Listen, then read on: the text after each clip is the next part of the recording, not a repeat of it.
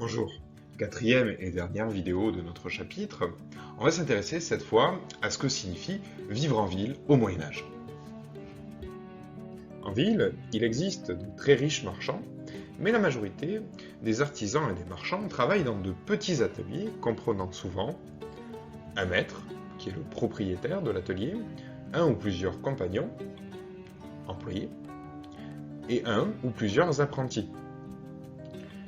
Il faut imaginer qu'à l'époque, l'apprentissage dure souvent 6 ou 7 ans, et c'est un contrat d'apprentissage qui lie le maître et l'apprenti, un contrat d'apprentissage qui protège autant l'apprenti qu'il donne du pouvoir au maître. Chaque activité, elle, est très codifiée. Chaque métier est organisé au sein d'une corporation qui fixe les conditions de travail et la façon de fabriquer les objets. En termes de conditions de travail, par exemple, ça va être le nombre de jours travaillés dans l'année, et ce nombre de jours ne peut pas être dépassé. Ça va être aussi, par exemple, le nombre d'heures et surtout les heures auxquelles un artisan a le droit de travailler.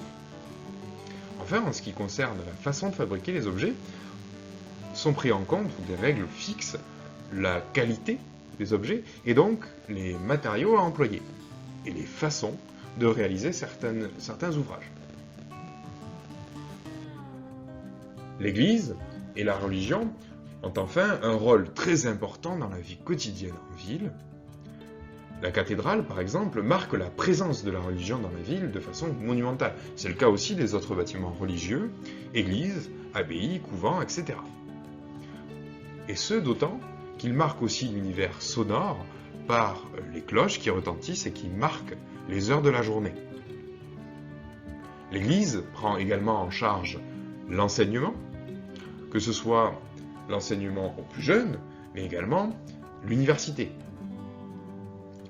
Elle prend également en charge l'aide aux malades, avec le développement d'hôtels-dieux notamment, d'hôpitaux, qui servent en fait à secourir les malades de la ville.